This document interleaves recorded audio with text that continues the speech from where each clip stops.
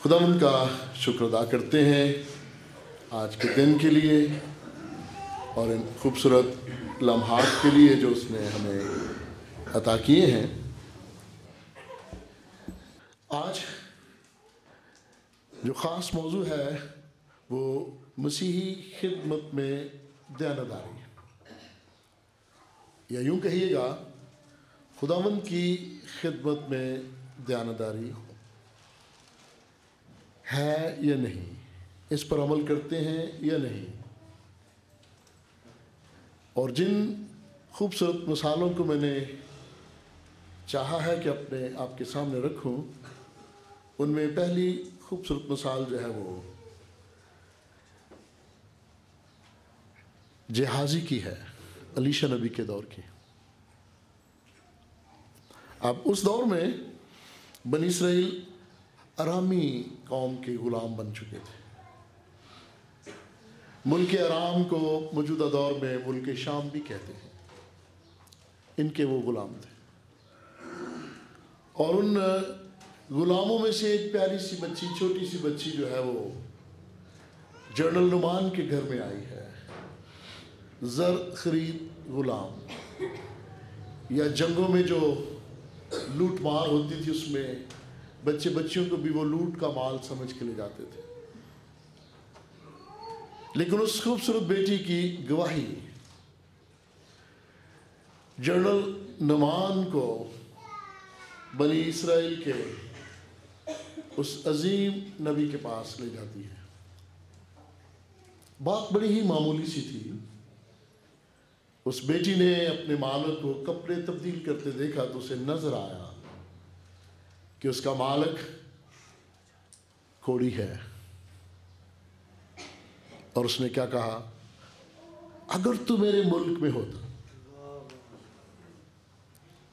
और मेरा नबी दुआ करता तो तू यकीनन शफा पाता। कितना जबरदस्त पैगाम है।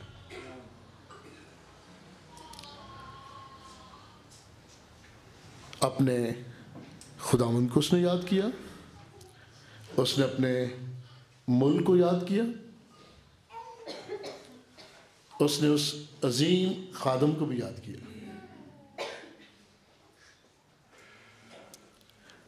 और खूबसूरत बात, जनरल नुमान जानता था कि बनी इसराइल का खुदा ऐसा कर सकता है, क्योंकि माजी में जो मोजज़ात रुनुमा हुए थे उस सरज़मीं पर, उसके बारे हम पढ़ते हैं कि अगर ये मोजज़ात इसराइल की बजाय गैर अक़वाम में होते तो बहुत सारे लोग तौबा कर लेते। उसमें सूर और सैदा का जिक्र है कि अगर ये मोजज़ात सूर और सैदा में होते तो वो मुझ पर ईमान ले आते। यानी बनी इसराइल में इतने मोजज़ात रूनुमा हुए थे, इसलिए वो ईमान ले आया। और उसने अपने बादशाह से दरख्वास्त की कि तू इसराइल के बादशाह से बात कर, और उसने रुका लिख कर दिया, खत, और अपने हम मर्तबा बादशाह को भेजा और कहा कि मेरा जर्नैल आ रहा है और तू अपने नबी से कह कि उसके लिए दुआ करे ताकि वो शफा पाए। और बनी इसराइल का बादशाह परेशान हो जाता है, उसमें ईमान की कमी है। वो कहता है ये कैसे मुमकिन है, ये अरामी बादशाह हमसे लड़ने का बहाना ढूंढ रहा है। कहाँ वो प्यारी सी छोटी सी बच्ची जो ईमान से कह रही है कि अगर तू मेरे मुल्क में होता, और यहां मुल्क का सरबराह जो खुदावंद पर पुख्ता यकीन नहीं रखता,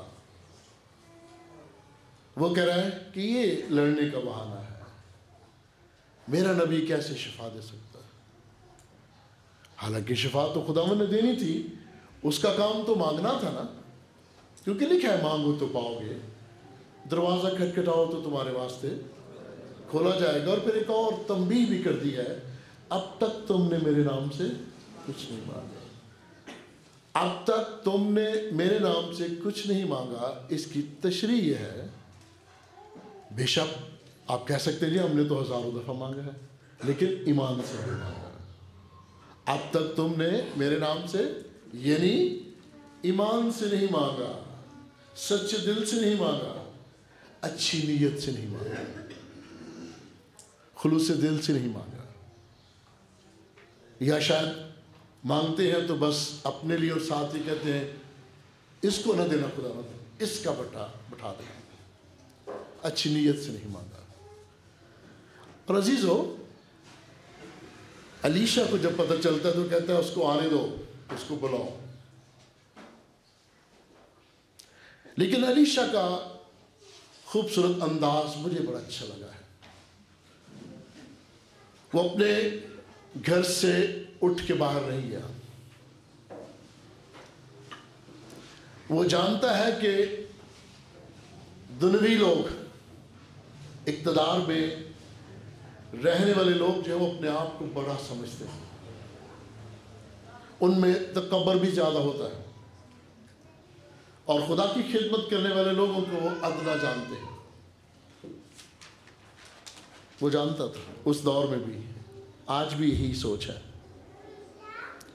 दुनियावी सोच रखने वाले ये सोचते हैं कि मैं इक़्तिदार में हूँ, मैं अफसर हूँ, और कोई आए और मुझे सलाम करे, कोई आए और मुझे झुक कर ये कहे कि जी मैं इस बात का, इस काम का तलबगार हूँ।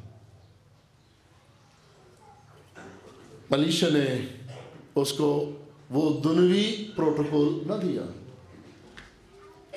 और अपने असिस्टेंट को यहाँ कहा कि जा उसे कह दे, जा उसे कह दे कि दरिया यरदन में जाके 7 बोतलें। अब यहां पर जो बात है वो हुक्म मानने वाली है। खुदा का खादम ये देखना चाहता था कि क्या ये प्रोटोकॉल लेने वाला शख्स, क्या इक़्तिदार में रहने वाला शख्स, अपने आप को बड़ा समझने वाला शख्स खुदा के खादम का हुक्म मानता है कि नहीं। और उसने एकदम से कहा ये कैसी बात है, मैं इतनी दूर से आया हूं और मैं इस नबी के लिए बहुत सारे हदियाजात भी लेके आया हूं, इनामात भी लेके आया हूं। और इसने इतना भी मुनासिब नहीं समझा कि बाहर आए और हाथ रखकर मुझ पर दुआ करे। उस जमाने में भी बहुत सारे लोगों की ये सोच हुआ करती थी, हाथ रख के दुआ करो। असल में हाथ रखकर दुआ करने की कि खास मानी क्या है, मतलब क्या है? खुसूसी तवज्जो, बुरी बात भी नहीं है, लेकिन वो समझते हैं हाथ रख के दुआ की इस खुसूसी तवज्जो है इसकी मुझ पर। लेकिन कलाम मुकद्दस में 20 ऐसे वाक़यात हैं जिसमें कहा गया जा तेरे गुनाह, जा फिर गुनाह न करना, जा अपनी चार पे ठार चलते, जा तेरे ईमान ने तुझे अच्छा किया। और एक और भी खूबसूरत हवाला है जिसमें ईमानदार शख्स, सूबेदार, पलटून का इंचार्ज, वो कहता है खुदावंद मैं इस लायक नहीं कि तू मेरी छत के नीचे आए, यहीं से कह दे तो मेरा खादम शिफा पाएगा। यानी जब भी हम कलाम मुकद्दस का मुताला करते हैं तो ज़रूर पस मंज़र को देख लें, एक ही बात पे ना डट जाएं कि बस ये आयत लिखी है और इसी पे आपने अमल करना है, उसका मफहूम समझें। आज भी मुझे भी 20 दफ़ा मैं जब कन्वेंशन में जाता हूँ तो बाहर लिखा होता है शिफाइया इबादत। एक तो वो लफ्ज़ ही गलत है, लफ्ज़ ही गलत है। रूहानी बेदारी की इबादत का जब लफ्ज़ लिख देते हैं तो वो सबसे मौजू है, उसमें सब कुछ आ जाता है। जब सिर्फ शिफाइया इबादत लिखते हैं तो इसका मतलब है लोग जिस्मानी शिफा के लिए आ रहे हैं। जिस्मानी शिफा हो ही नहीं सकती जब तक रूहानी शिफा ना हो। जब तक ईमान मजबूत ना हो जिस्मानी शिफा हो ही नहीं सकती। अगर होती है तो वो करामात के जरिए और वो आर्जी होती है। मैं अक्सर ये बात कहता हूँ कि लिखा करें मसीही रूहानी इज्तिमा या रूहानी बेदारी की इबादत। रूहानी तौर पर बेदार होंगे तो जिस्मानी तौर पर भी ठीक हो जाए। और यहाँ मुझे अच्छा लगा उस खुदा के बंदा की बात, जा ये कर ले। एक और हवाला आपको मैं याद दिलाता हूँ, वो हौज वाला, बैत हसदा वाला ना। लोग मुंतजर होते थे कि कब फरिश्ता पानी हिलाए और कब वो अंदर छलांग लगाए और शफा पाए।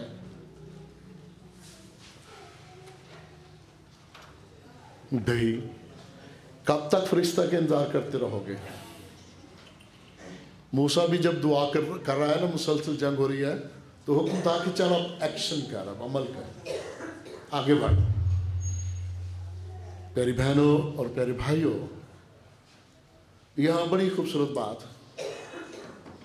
जनरल नुमान के साथी कहते हैं अगर वो नबी तुझे कोई बड़ा काम करने को कह देता तो क्या तू ना करता? और फिर मैं मुआवजा करता हूं आज के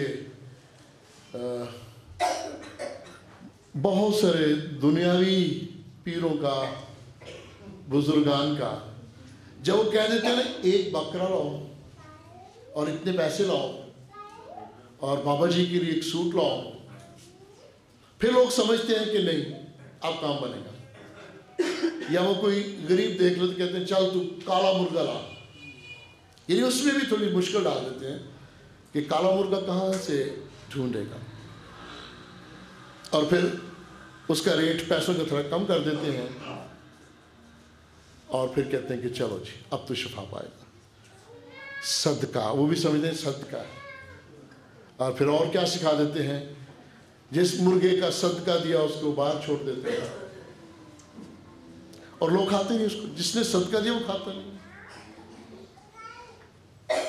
मुझे भी कई दफा इत्तेफाक हुआ है, घर में बहुत ही वो जरा उम्र सीधा मुर्गा था तो उसका गोश्त थोड़ा थोड़ा काला था और सख्त था, तो मैंने कहा ये ब्रायलर नहीं लग रहा।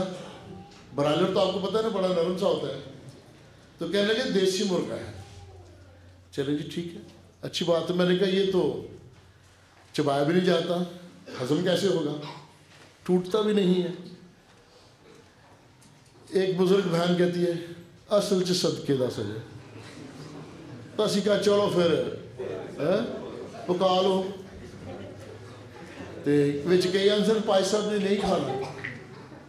मैं कहा हुण तो जरूर खाऊंगा भावें ना ही खाया जाए। आपका ये डर भी उतार देंगे, सदके के मुर्गे से भी कुछ नहीं होता हमें। जो चीज तेरे सामने रखी जाए ईमान से दुआ कर, बस ईमान से हम बंदे को उसकी बदरू निकाल के पाक साफ कर सकते हैं।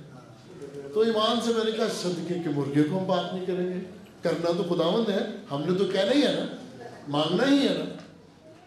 सो चीज़ों, ये आज के दौर के बहुत सारे होशियार बुजुर्गों की ये स्टाइल है, तर्ज जिंदगी है शिफा देना। और यहाँ हमारे इस अजीम रहनुमा ने कोई मुश्किल काम नहीं कहा। दरिया यर्दन, उस पर जाके गोते लगाओ 7 बार, 1 बार 2 बार 3 बार करने से जाहिर उसके अंदर वो ईमान पैदा होगा ना। बार बार करने से वो तहरीक पैदा होगी, एक बार करने से वो तहरीक पैदा नहीं होगी, बार बार करने से ईमान की तहरीक पैदा होगी। वो सोचेगा क्यों इस रूहानी रहनुमा ने मुझे कहा है। और 7वें गोते के बाद सारा बदन ऐसे जैसे एक बच्चे का बदन है।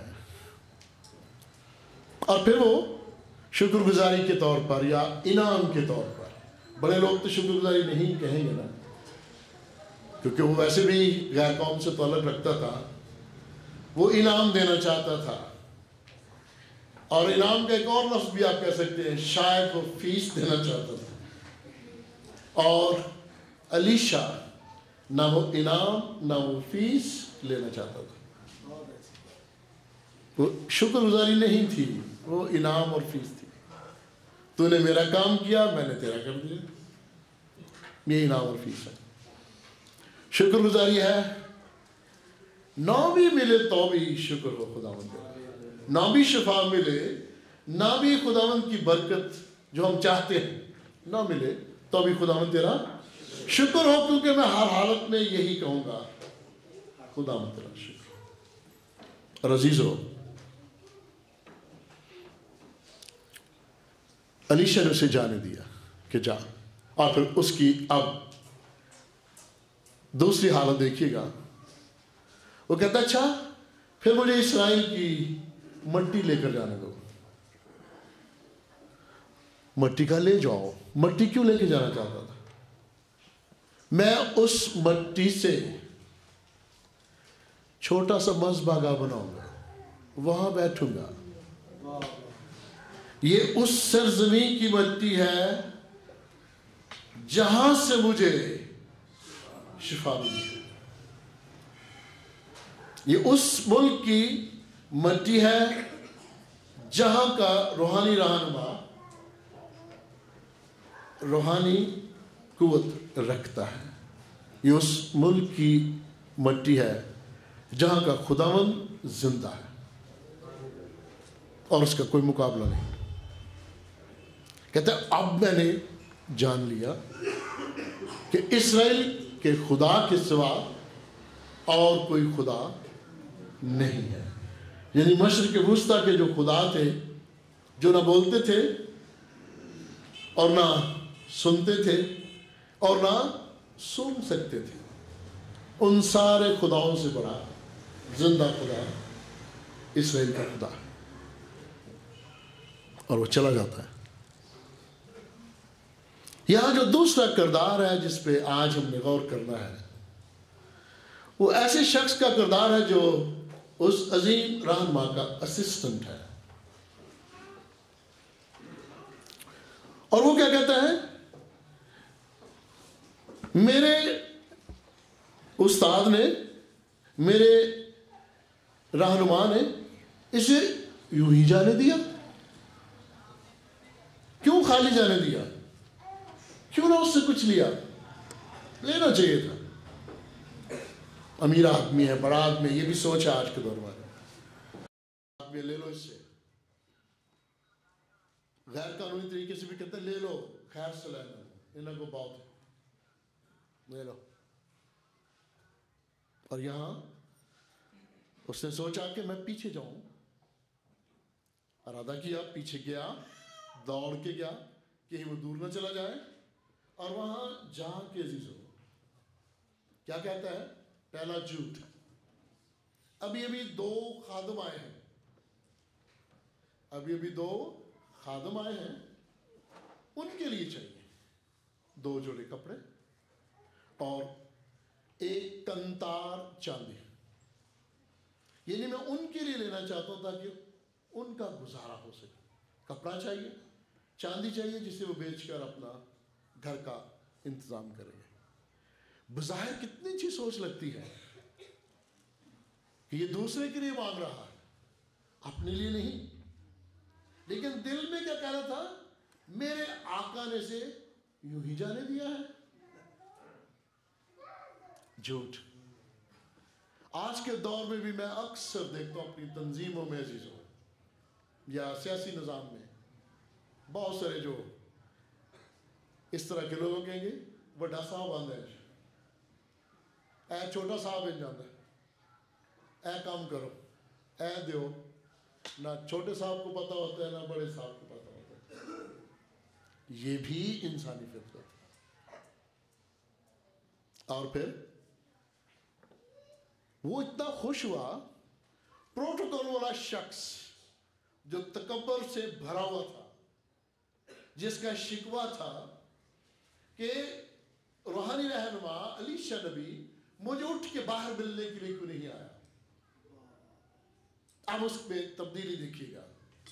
वो रथ से नीचे उतरा, लफ्ज़ों पर गौर कीजिएगा। वो रथ से नीचे उतरा। वो रथ पे बैठे बैठे भी क्या कह सकता था, क्या बात है। हम पढ़ते तो हैं इस तमसील को, इस कहानी को, लेकिन इस तरह लफ्ज़ों को अलग अलग करके गौर करके पढ़िएगा।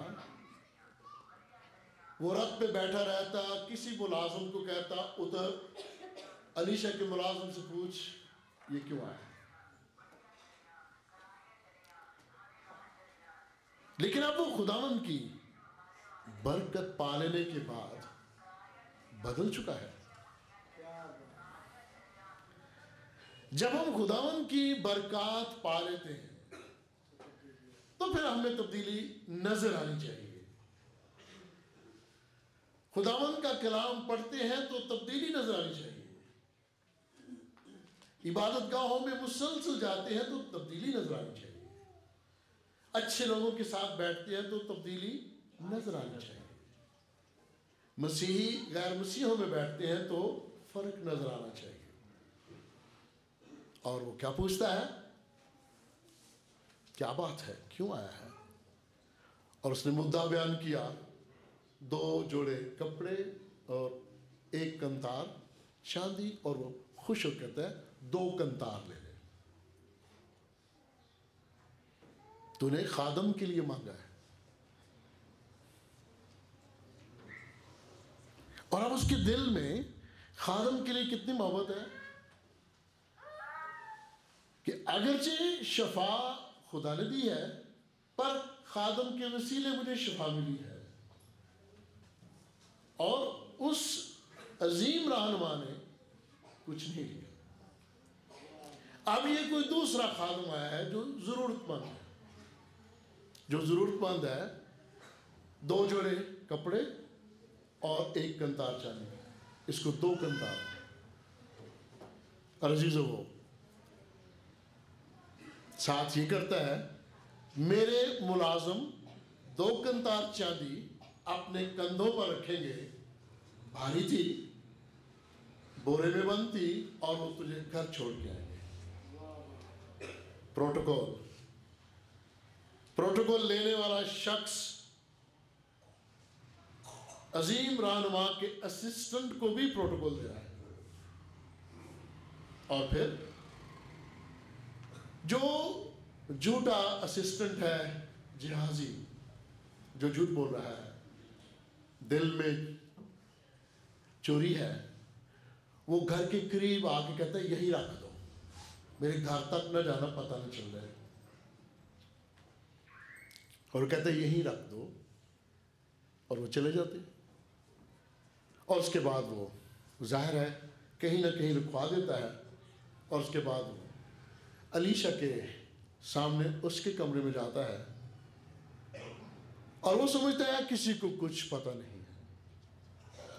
पर खुदा के खादमों को भी खुदा बता देता है। हम आज के दौर में कहते हैं मेरी छठी हिस्स ये कह रही है, या हालात वाकयात की रोशनी में हम ये कहते हैं कि मुझे महसूस हो रहा।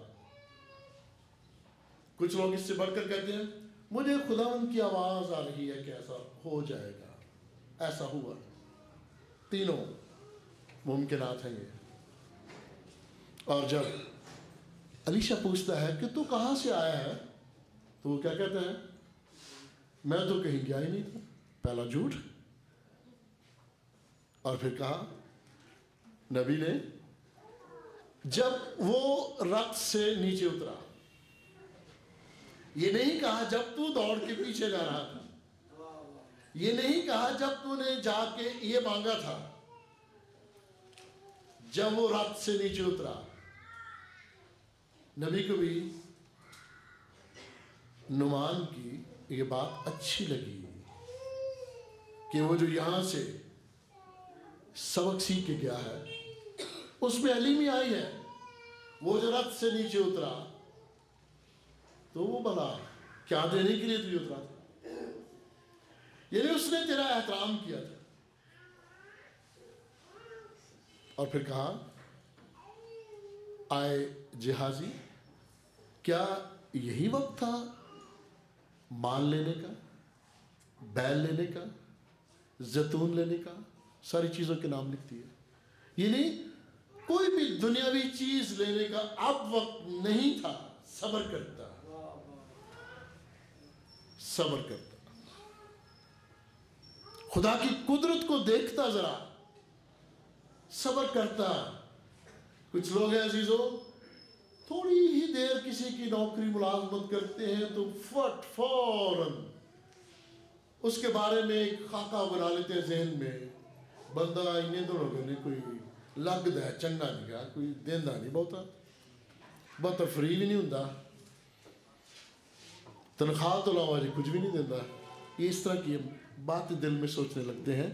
ये नहीं सोचते कि मैंने अभी काम कितने दिन किया है, मैं भी ज़रा 2-4 माह 6 माह करके तो दिखाऊं, फिर ये जहन में मैं खाका सा स्केच सा बनाऊं।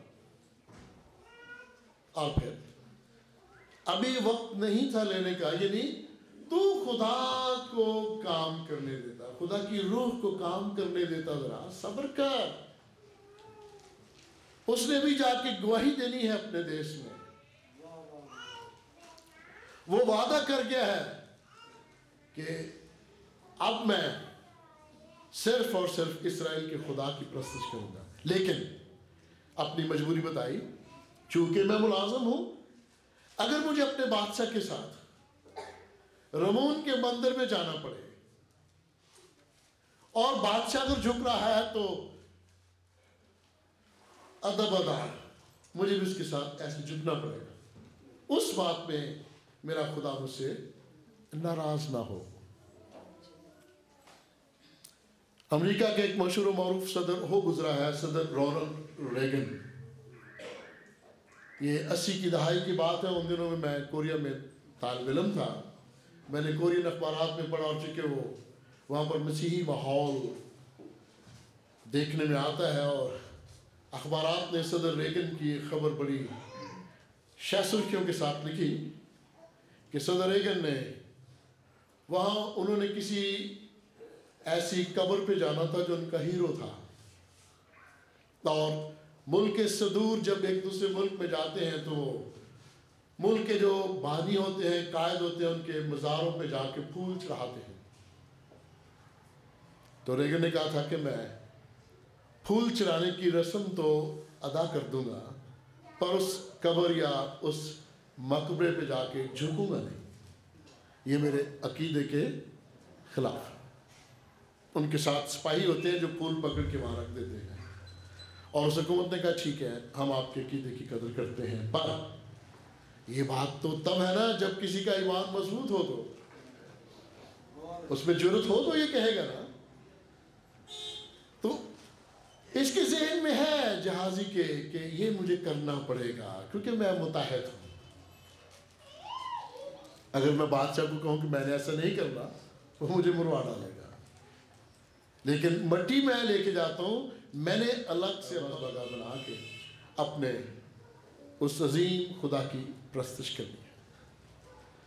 अजीज, अब यहाँ पर 2 बातें काबिल गौर हैं। जहाजी ने झूठ बोला, आदतन सहवन, सोच समझ के साथ, सोच विचार के साथ, और फिर दूसरा लालच। नाम दूसरे का लिया, पर कपड़े भी अपने लिए थे, और 2 कंतार चांदी भी अपनी जात के लिए थी। जरा सोचिएगा, जब वो अजीम खादम के साथ, अलीशा के साथ खिदमत करता था, तो क्या उसे किसी चीज की कमी थी? नहीं। अपने दौर का अजीम नबी हो और बनी इसराइल क्या उसे खाने को नहीं देती थी? खुदा के खादमों को तो 10 हिस्सों की बजाय 11 हिस्से मिलते थे। बनी इसराइल को शुक्रगुजारी सिखाई गई थी, देना सिखाया गया था। उसने उस खुदावन पर और उस निज़ाम पर भरोसा नहीं किया, बल्कि अपने तौर से उसने चाहा कि वो खुद कमाए, झूठ बोल के चोरी करे, और उसके बाद आका के सामने भी जाके झूठ बोले। जहाजी को कौन सी सजा मिली आप जानते हैं। कहा नबी ने, चूंकि तूने लालच किया और झूठ बोला, और तूने ये भी नहीं कहा कि आका मैं माफ़ी चाहता हूँ, ऐ खुदावंद मैं माफ़ी चाहता हूँ। तूने ये भी नहीं कहा, तू चुप रहा है।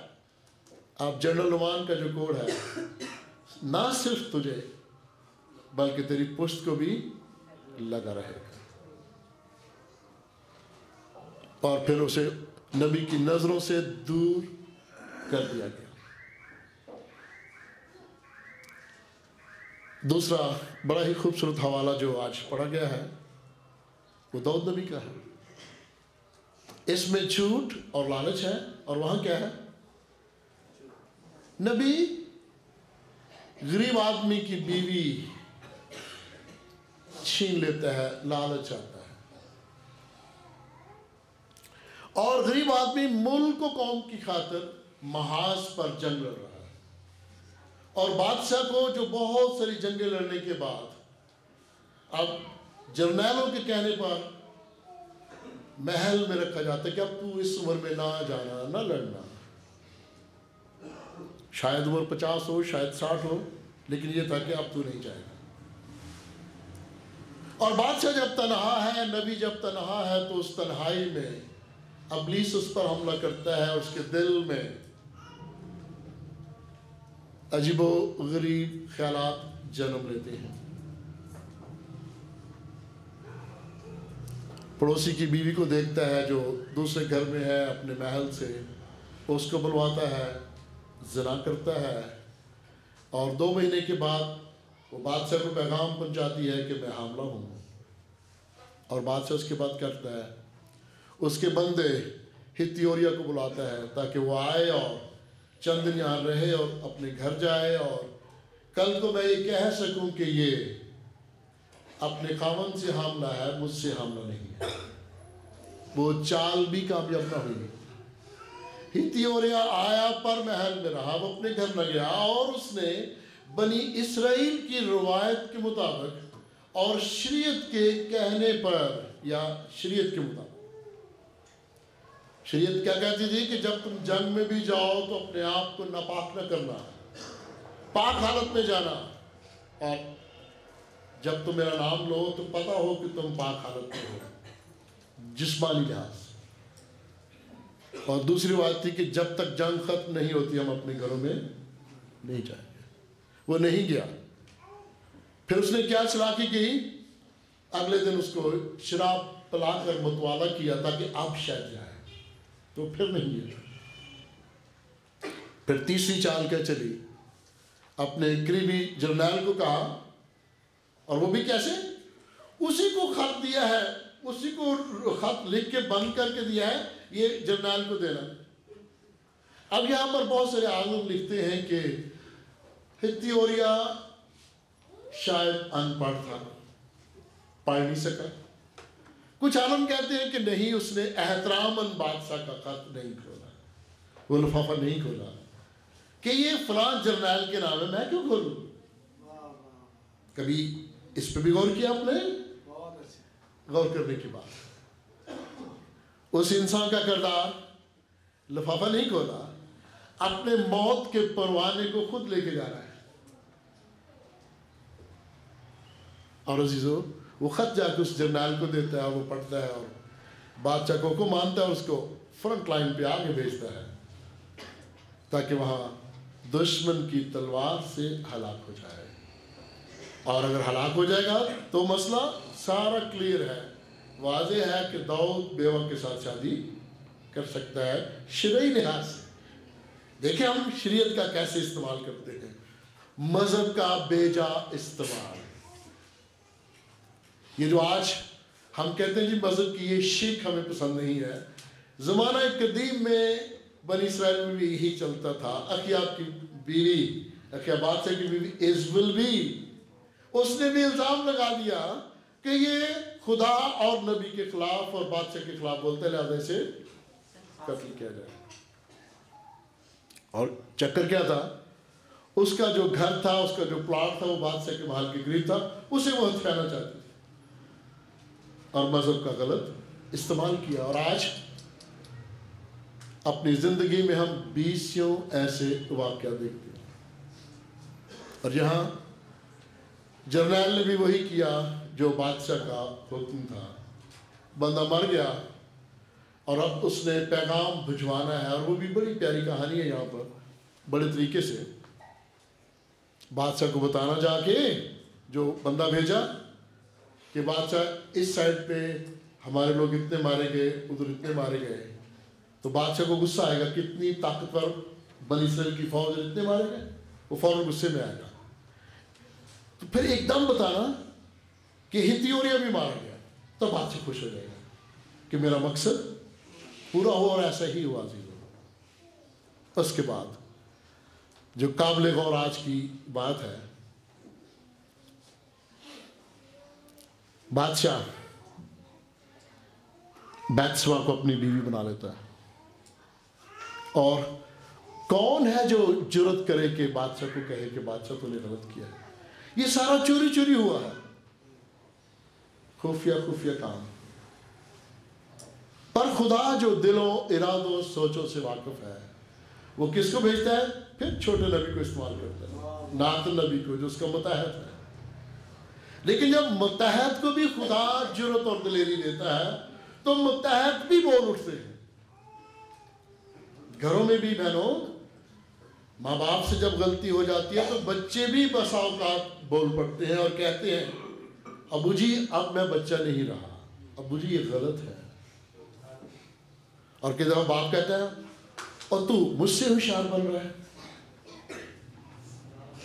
मेरी एक बुजुर्गा थी, एक बार अपनी बेटी से लड़ रही थी, बेटी की उम्र भी 50 साल थी, तो माँ क्या कह रही है, वो डॉक्टर थी बेटी, कहती है वे बड़ी होशियार समझ दी अपने आप में, कहती मैं डॉक्टर हाँ, मेरे को लोग मशवरे लगते हैं।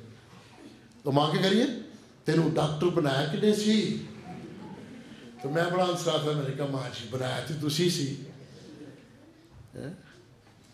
पर आप जो बातें वो कह रही है वो फर्क है, जो बातें आप कह रहे हो फर्क है। डॉक्टर बनवाना और बात है, लेकिन ये बड़ों का फख्र होता है, मैंने बनवाया, ठीक है जी। नातन जुर्रत करता है और बड़े खूबसूरत अंदाज में वो तमसील बयान करके भेड़ के छोटे से बच्चे पठिया कीजिए, और यूं बादशाह जो समझदार है उसको समझ लगी और उसने फौरी फैसला क्या दे दिया, जज्बात में आ गया बादशाह फौरी, कि मेरी रियाया में किसी गरीब के साथ इतना जुल्म, और क्यों? हमारे अपने इस माहौल में भी ऐसे हमारे रिश्तेदार, बहन भाई, दोस्त, अहबाब ऐसे होते जो जज्बात में फोन कहते हैं मैं ऐसे कर दूंगा, घंटे के बाद वो शादी करते हैं, नहीं इंज कर रहे हैं, नुकसान हो जाएगा, फिर बाद में सोचते हैं, लेकिन करते हैं। और अजीजों यहाँ वो शख्स क्या है, जज्बात में कहा वाजिबुल कत्ल है। उसके बाद थोड़ी देर के बाद क्या कहते हैं, शरीयत के मुताबिक उसे 4 गुना ज्यादा देना चाहिए। आप पढ़ते हैं उसमें नए आदम में कहानी उसकी ज़कई की कि जिसका मैंने नहा किया उसको मैं 4 गुना अदा करता, वही शरीयत थी। मैं 4 गुना वापस करूंगा, और यहाँ कहा उसको करना चाहिए। तो फिर किसको करना चाहिए? नातन क्या कहता है, वो शख्स तू है। बड़ी खूबसूरत गवाही है जी, दलेरी है ये। और मुआवजा कीजिए उस बच्ची के साथ, अगर मेरा आका ये नहीं कहा कि मेरा आका जिसकी मैं गुलाम उसके लिए मैं बद्दुआ मांगू, ये नहीं कहा कि ये आरामी लोग हैं जो हम पर फतेयाब हुए हैं, जिस घर में रहती है जहां का नमक खाती है उनका भला सोचती है, भला करो तुम्हारा भी भला होगा, कर भला सो हो भला। अगर मेरा आका मेरे मुल्क में होता और मेरा नबी दुआ करता तो मेरा खुदा मुझसे शिफा। और यहां पर देखिए फिर नबी की बात और फिर दाऊद की बात, 4 गुना अदा करना चाहिए। और नबी वो तू है लिहाज नहीं किया। जिस तरह उस बेटी ने खूबसूरत गवाही दी, नातन की खूबसूरत गवाही, वो मुजरम तू है, इल्जाम नहीं, मुलजिम नहीं, वो मुजरम तू है। और फौरन दाऊद क्या कहता है? खुदावंद मैंने तेरा गुनाह किया। जहाजी ने ये नहीं कहा कि ऐ खुदावंद मैंने तेरा गुनाह किया, जहाजी ने ये नहीं कहा। और यह कहता है चूंकि तूने ये कहा, चूंकि तेरे दिल में एहसास गुनाह है। एहसास गुनाह के बाद ही दूसरा तीसरा स्टेप होता है ना, एहसास गुनाह, इकरार गुनाह और तर्क गुनाह। वो बात की बात है, या सिर्फ एहसास है। मूसा बेटा, और उसे एहसास हुआ कि मेरे बाप के घर में बहुत सारे नौकरों को इफरात से रोटी मिलती है और मैं यहां भूखा मरा। एहसास गुनाह पहले, उसके बाद है अमल, मैं उठ कर जाऊंगा, फिर इकरार होगा, और तीसरा फिर तर्क गुनाह, मैं आसमां का और तेरी नजर में गुनाहगार, मुझे अब अपने नौकरों जैसा ही। और यहां एहसास गुनाह आया ही है तो खुदा का फजल जाहिर होता है। फजल क्या है? तू मरेगा नहीं। यानी जो बात थी ना वाजिबुल कत्ल, तू मरेगा नहीं।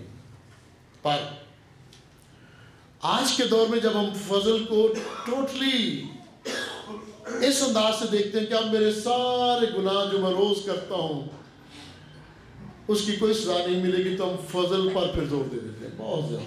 कोई नहीं जी, हम मसीही या हम ईमानदार जो मसीह पर ईमान रखते हैं फजल के मुताहत हैं। ये फजल के तो मुताहत हो, पर फजल तुम्हें इस बात की इजाजत नहीं देता कि तुम दूसरों को रोज नुकसान पहुंचाते रहो। फजल में भी फिर कोई क़वायद ज़वाबित हैं, कोई लिमिटेशंस हैं। अब मुआफ़ तो कर दिया, क्योंकि वो बड़ी दलील के साथ बात करता है ना दाऊद। आपने मज़ाबीर पढ़े हैं, फजल ना लाए रब, बख्श गुनाह सब, वांगू फजल रहम कर तू मेरे। और फिर रहम और फजल की बात करने के बाद मुझसे गलती क्यों होती है, मैनू विच गुनाह दे जम्या नहीं। यानी ये मेरा सिर्फ मेरा ही कसूर नहीं है, ये सृष्ट है। मैं गुनाह की हालत में पैदा हुआ, सृष्ट। उसी सृष्ट के लिए खुदावंद ने सलीब पर अपनी जान दी और कहा जो मुझ पर ईमान लाएगा हलाक ना होगा। लेकिन हम रोजमर्रा के गुनाहों को भी उसी सफ में डाल देते हैं कि मसीह ने कह दिया तेरे गुनाह माफ है, पर ये नहीं भूलते कि मसीह ने आपको एक दुआ भी सिखाई थी। जिस तरह हम अपने कसूरों को, कसूरवारों को माफ करते हैं, तो भी हमारे कसूर, वो रोजमर्रा की दुआ वो भी मांगा करो। एक ही बार यीशु ने सलीब पर खून बहा दिया और सारे मरूसी गुनाह माफ हो गए, तो अब जो रोजमर्रा के गुनाह उनके लिए भी कुछ रोज बोला करो ना, इकरार किया करो ना। एहसास गुनाह और तर्क गुनाह और इकरार गुनाह रोज भी किया करो। लेकिन अगर रोज उधर गुनाह किया, उधर कुर्बानी दी, उधर गुनाह किया, उधर फिर कुर्बानी की, सदका दिया, तो फिर खुदा कहेगा अब मुझे तुम्हारी कुर्बानियों से भी घिन आती है।